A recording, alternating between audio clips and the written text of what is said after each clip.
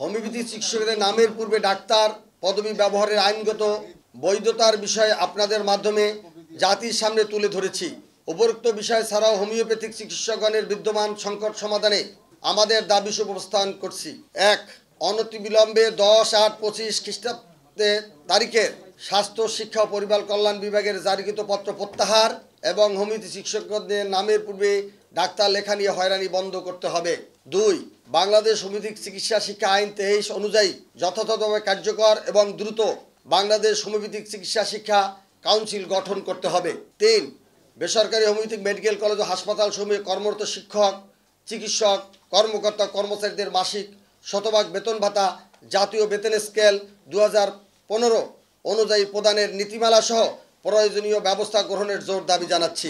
স্বাস্থ্যসেবায় homeopathy চিকিৎসকগণের অবদানের বিষয়টি বিবেচনা নিয়ে আমাদের 6 দফা দাবি দ্রুত বাস্তবায়নে আপনাদের মাধ্যমে সংশ্লিষ্ট কর্তৃপক্ষের দৃষ্টি আকর্ষণ করছি।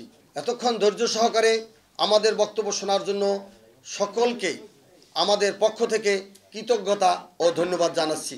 বলা হয়েছে হোমিওপ্যাথি চিকিৎসক অর্থ এই আইনের অধীন নিবন্ধিত কোনো হোমিওপ্যাথিক ডাক্তার। তাছাড়া একই আইনের 3 নং ধারায় বলা হয়েছে আপাতত বলবৎ অন্য কোনো আইনে যাহা কিছুই থাকুক না কেন সে ডাক্তার পদবি ব্যবহার করেন, যা বৈধভাবে স্বীকৃত। এছাড়াও মাদকদ্রব্য নিয়ন্ত্রণ আইন 2018 এর 2-12 ধারা মতেও চিকিৎসক অর্থ MBBS ও BDS নিবন্ধিত হোমিওপ্যাথিক চিকিৎসক এবং ভেটেরিনারি চিকিৎসক হিসেবে গণ্য হবেন।